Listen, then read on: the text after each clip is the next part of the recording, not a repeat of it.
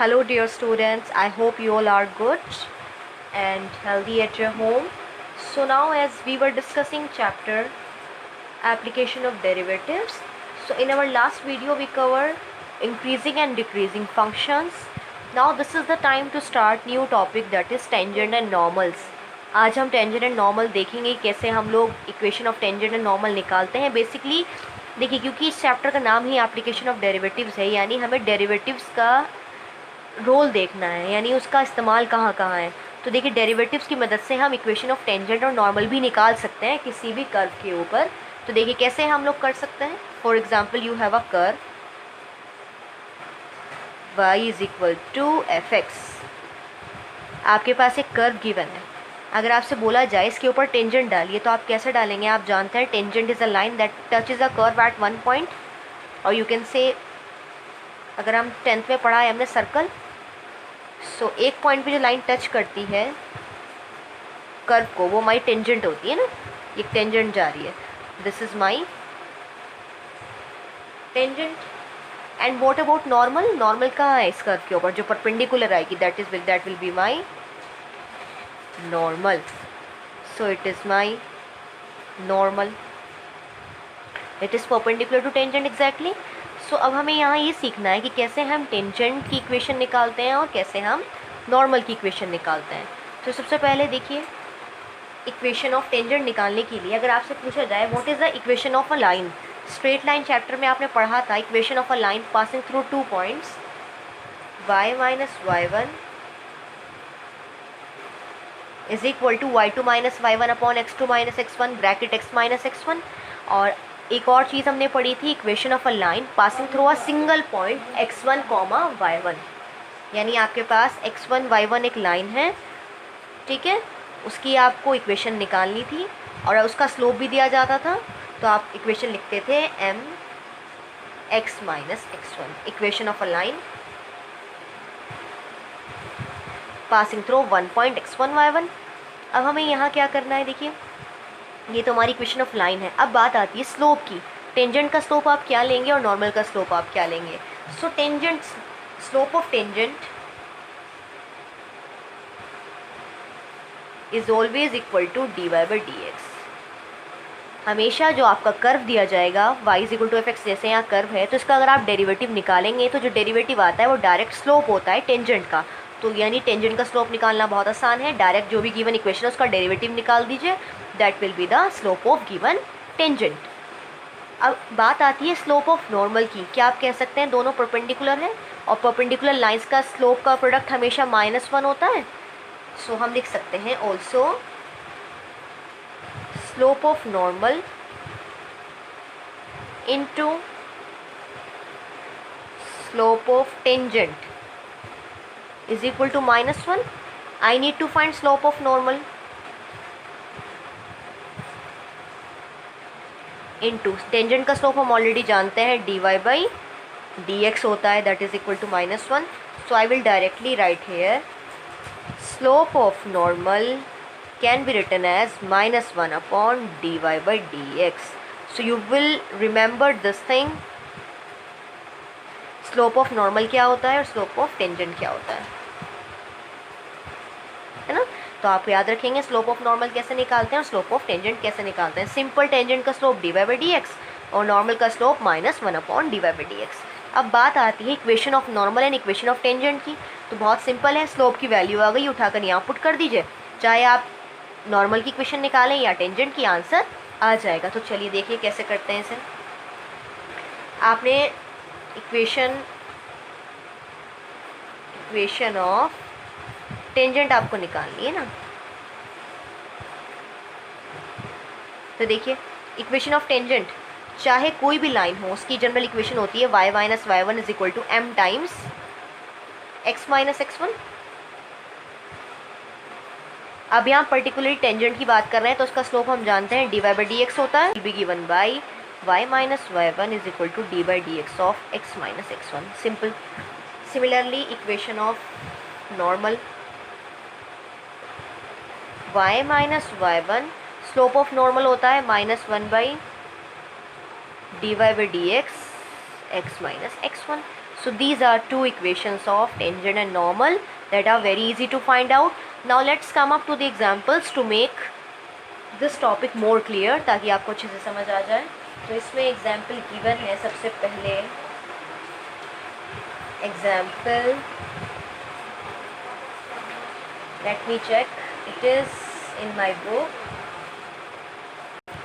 Example 14, find the slope, you can see in the book directly. Find the slope of tangent to the curve this at x is equal to 2. यानी 2 पर कितना slope होगा इस curve पे अगर आप tangent डालें, यानी टेंजेंट का स्लोप निकालना है.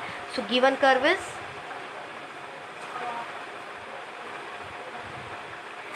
y is equal to x cube minus x. निकालना क्या है आपको? Slope of tangent.